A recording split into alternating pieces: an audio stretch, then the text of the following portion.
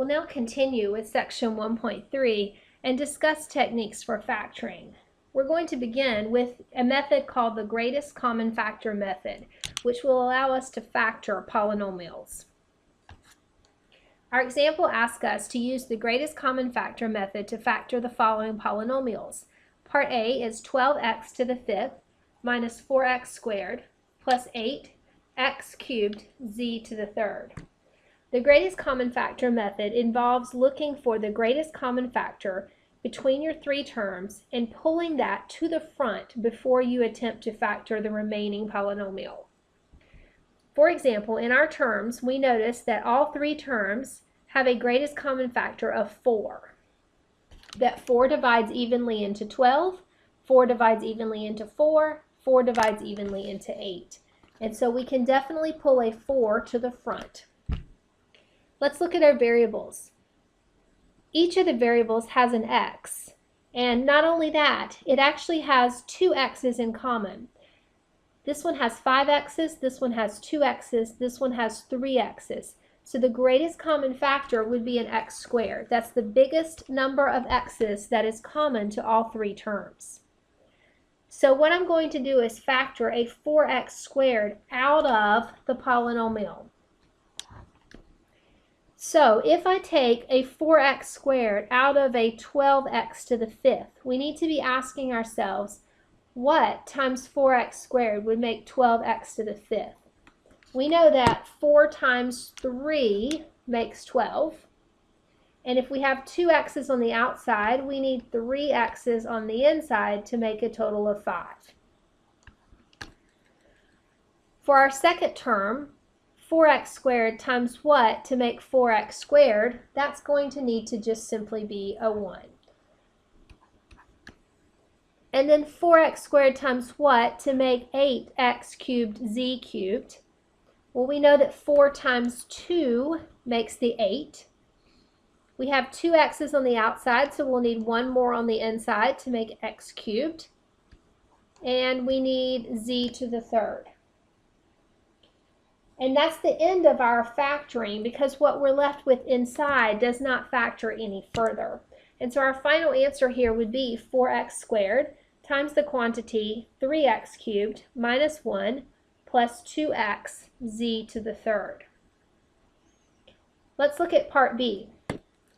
Part B asks us to factor, and we have the quantity in parentheses a squared minus b, and then we have minus 3 times a squared minus b.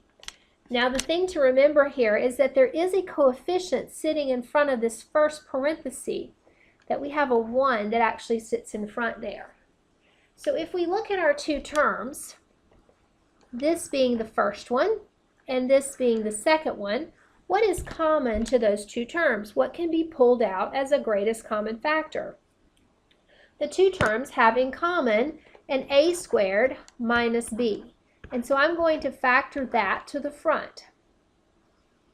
So looking at that, a squared minus b times what is going to give you 1 times a squared minus b. And so we'll need to put the 1 down. And then as we move to our second term, a squared minus b times what to give me 3a squared minus b? That would need to be a 3. Now, in terms of getting this thing simplified, 1 minus 3 is an easy calculation equaling negative 2. And typically, we're going to write those coefficients in the front. So I'm just going to turn it around and put the negative 2 in the beginning and a squared minus b, and we're done with that one. So our final answer on the second one would be negative 2 times a squared minus b. All right, so our next technique is called factoring by grouping, and we typically will use this method for a problem where we have 4 terms in the polynomial. So for part A, we have 6x squared minus y plus 2x minus 3xy. Now, it's very common when you're factoring by grouping to group the first 2 terms together and the second 2 terms together. And what you want to do is you want to look and see if there's anything that's common with those 2 terms. So is there anything between 6x squared and y that you could pull to the front, a greatest common factor between those 2 terms? And since there's not, then we may want to try to group them differently. So let's rearrange terms for just a second. Let's make it 6x squared. Let's take this 2x and write it next. And then we'll put the minus y and the minus 3xy together. And then let's look at it again. So looking at your first two terms, we could pull out as a greatest common factor. Both of the numbers are divisible by 2. And we have an x squared and an x, so we could pull out the lowest one, we could pull out an x. All right, so let's look at what that leaves us. 2x times what to make 6x squared? We know that it's 2x times 3 to make the 6. We have 1x on the outside. We need a total of 2, so we'll put 1 on the inside. And then 2x times what to make 2x? That would just have to be a 1. And so that part worked out nicely. Let's look at the second part. We have a negative y and a negative 3xy. So let's pull out a negative y, which is common to both terms, and see what that leaves us with. So negative y times what to make negative y? That would be a 1.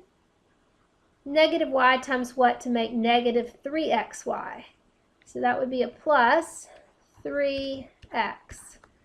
And if you look at what we have here, 3x plus 1 and 1 plus 3x, I'm going to take that last 1 plus 3x and I'm going to turn it around and make it 3x plus 1. It's addition, so we can change the order with no problem.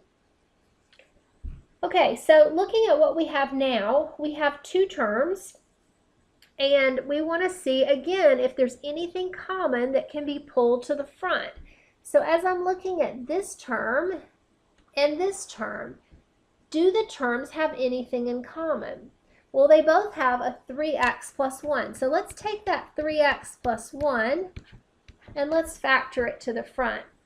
And so I'm going to ask myself 3x plus 1 times what to make 2x times 3x plus 1? That would need to be a 2x. And then we'll move to the second term. 3x plus 1 times what to make negative y, 3x plus 1? We would need a negative y. And so in doing that, we now have that polynomial factored into 3x plus 1 and then 2x minus y. All right, so let's try it again for part B. Part B has ax minus ay minus bx plus by. So again, let's start by grouping the first two and the last two together and see if that works. If I look at the first two, I see that I have an a that's common to both, so I'm going to pull that to the front. A times what to make ax? We would need an x. A times what to make ay? We would need a y.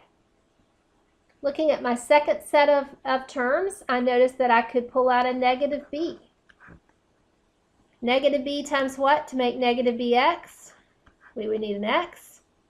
Negative b times what to make positive by? We would need a negative y. And again, if you're looking at your two terms now, what's common to those two terms? They both have a x minus y. So if we pull that out, pulling it out of the first term, we're left with an a. Pulling it out of the second term, we're left with a b. And so in factored form, we have x minus y times a minus b. All right, so let's move on. Okay, so we have some rules for special binomials. We just want to be aware that these are here. We have a difference of two squares, which we know factors into a minus b, a plus b. We talked about this in the last presentation. We have a difference of two cubes, which factors into a minus b times a squared plus ab plus b squared. And we have a sum of two cubes, which will factor into a plus b times a squared minus ab plus b squared. And we're going to look at an example of each one. All right, so let's begin with 49x squared minus 9y to the 6th. And this one is going to be a difference of two squares. And I recognize that because I know that 49 is a perfect square. That would be 7 squared. And 9 is a perfect square. That would be 3 squared. So when I see the 49 and the 9, I'm already thinking, I bet it's a difference of two squares. So what I want to try to do is write each of these as a square term. So I know that I could do 7 for the 49. And I know that for the x squared, I could do x. All right, so look at this right here. If I put that in parentheses and square it, is that the same thing as 49x squared? We would square the 7, making 49. We'd square the x, making x squared. Okay, now we want to do the same thing for the 9y to the 6th. So we know that 3 squared is 9, and y to the 3rd squared would be y to the 6th. So again, let's kind of double check and make sure that we understand this. If we write the 3y cubed in parentheses, then 3 squared is 9, and y to the 3rd raised to the 2nd, we multiply those exponents, that makes a 6. Okay, so what we've done then, and here's our formula over here. I just wrote that down to make this a little bit easier for us. We're now saying that the a value in the formula is the 7x, and the b value in the formula is the 3y cubed. And so keep in mind that your formula then tells you to set it up and do a minus b and a plus b to get it factored. So a minus b, we would do 7x minus 3y cubed. And then we would do the same thing but put a plus in between. So 7x plus 3y cubed. Okay, and that one is now factored. And that makes it factor a little bit easier than us trying to figure out how to factor it by trial and error, because now we know that it fits this formula for a difference of two squares. All right, so let's move on to part B. All right, so part B has 27, which I recognize as a cube. 3 to the 3rd is 27. And then I have c to the 3rd as part of my second one, which also makes me think of a third power. So I'm guessing it is a sum of two cubes.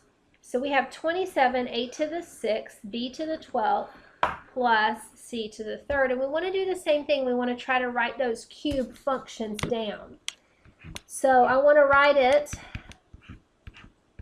as the sum of two cubes. So we know that 3 to the 3rd is going to give you the 27. All right, so how do we want to do the a's?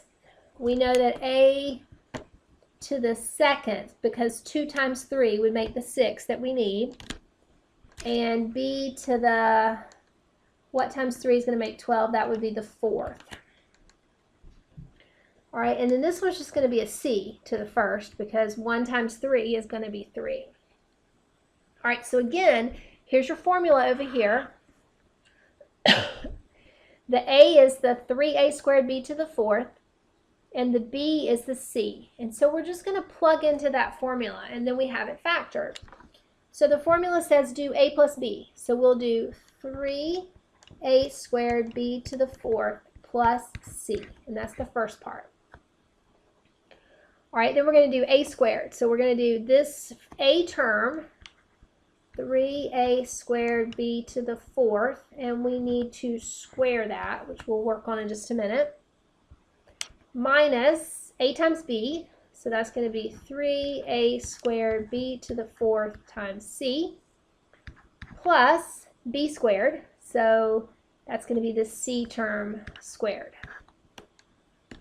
Okay, and so let's see if we can kind of get this cleaned up. We're going to have 3a squared b to the 4th plus c. We're going to go ahead and square this a term in the beginning. So 3 squared is 9. A squared squared is a to the 4th. Remember, you're multiplying those exponents. B to the 4th squared is b to the 8th.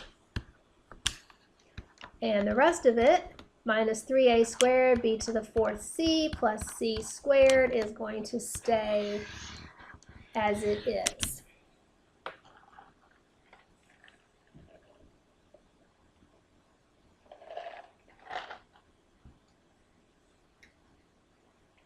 All right, so let's move on to part C. All right, so part C, we have a difference. And again, I'm looking at these two things and seeing these cubes, so I'm thinking it's probably a difference of 2 cubes. Let's see if we can write it that way. So 125, that would be 5. 5 times 5 is 25 times 5 would be 125. So 5 to the 3rd is 125. And y to the 3rd would give me that y to the 3rd. All right, we have 8z to the 3rd, so 2 to the 3rd is 8. And z to the 3rd is what we need. So again, the a value is going to be played by the 5y. The b value is going to be played by the 2z. And here's our formula over here that we're going to be working with. So we have a minus b. So let's write this down. We're going to write the 5y minus the 2z. And then it says a squared. So we're going to do 5y squared plus a times b. So when we multiply those two together, and we'll go ahead and multiply them, 5 times 2 is 10, yz, and b squared would be 2z to the 2nd power. So final answer here would be 5y minus 2z. 5y squared would be 25y squared plus 10yz plus 2z squared would be 4z squared. And that would be our final answer on that one. All right, and then our last one, part D, we're going to have 64 minus x plus y to the 3rd. Now, this one is a little more complicated, but it's still a difference of 2 cubes because, and the second term is already written as a cube. 64 could be written as 4 to the 3rd. So we have 4 to the 3rd, and then we have x plus y to the 3rd. So remember that your formula says that you're going to have the a being equal to the 4, and you're going to have the b being equal to the x plus y. All right, so our formula on the difference of 2 cubes says we're going to do a minus b. So we're going to do 4 minus x plus y, and I'm going to keep it in parentheses for a little bit. And then we're going to have a squared, so we'll have 4 squared, it's going to be 16. We're going to have plus ab, so that's going to be 4 times x plus y. And then we're going to have plus b squared, so that's going to be x plus y squared. Now this has a fair amount of work for me to do here. All right, so let's go ahead and distribute the negative on the first part. So that's going to be 4 minus x minus y.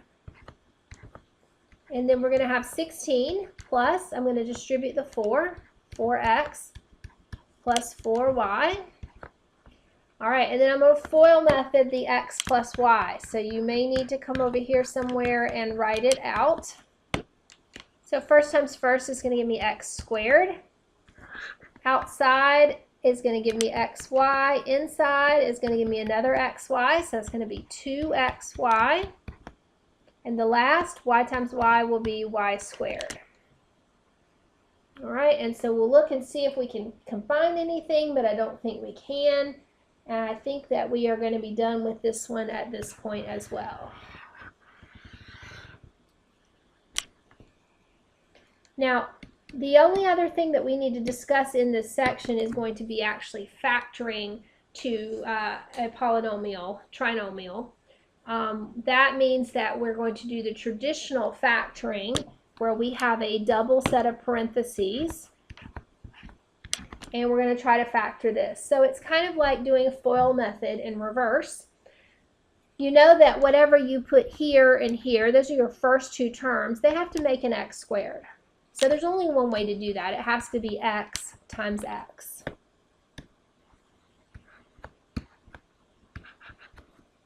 Okay, and furthermore, whatever you put in the last positions have to multiply together to give you negative 12.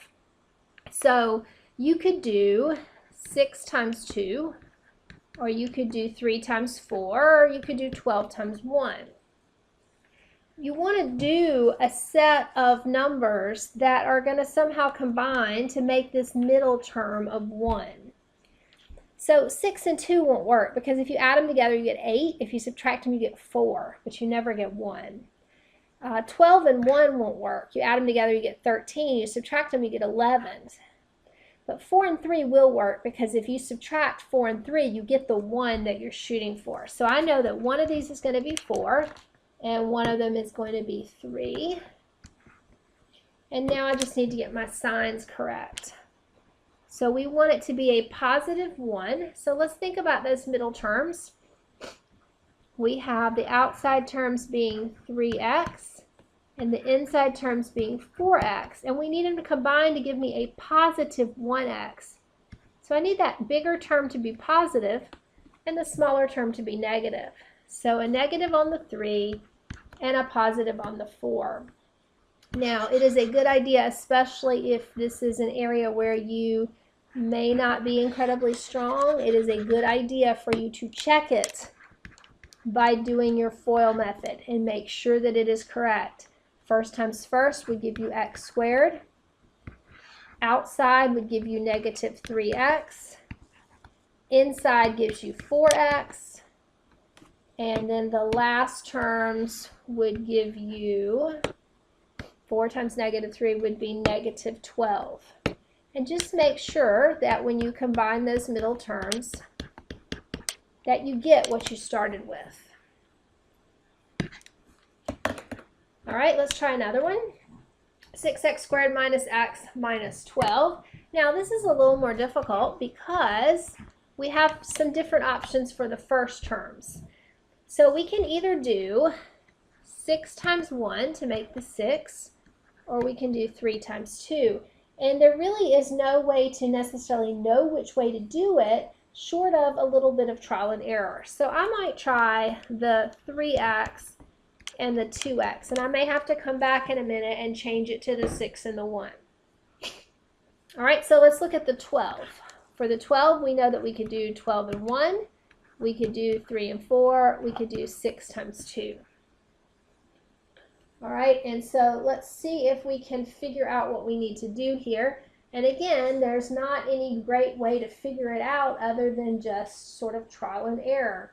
So I do realize that if I put a 12 in there, it's going to make my numbers turn really large because we're either going to be multiplying the 12 times the 3 or the 12 times the 2. So why don't we try the 3 and the 4? Okay, so before I go any further, let me check middle terms. So 3x times 4 is going to give me 12x. 3 times 2x is going to give me 6x. Those are not going to combine in any way to make a negative x in the middle. All right, so let's do this. Let's switch the 3 and the 4.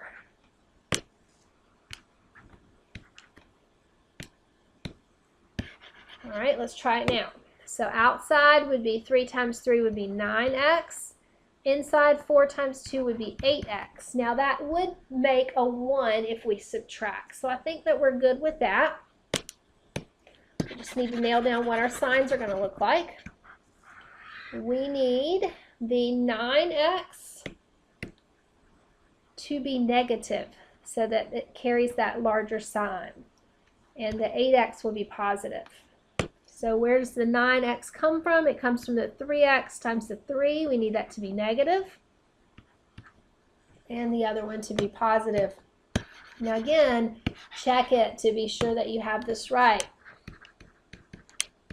First times first would be 6x squared. Outside will be negative 9x. Inside, positive 8x, last negative 12. Make sure that those middle terms combine to give you what you want. All right, so in factor form, we have 3x plus 4, and we have 2x minus 3. All right, our last example asks us to factor x squared plus 10x plus 25. So we'll do this one more time. First times first is going to be x times x, no other choices there. What we put in these last two spots has to make 25, so it can be 25 and 1, or it can be 5 times 5. We need a set of numbers that combine to make 10. So 5 and 5 make 10. I'm going to go with those. Notice that we need it to be a positive 10x, which tells me that I'm going to need both of those to be positive. And again, you should check to be sure that you are factoring it correctly. And so this one factors into x plus 5 times x plus 5, or you could write it as x plus 5 squared.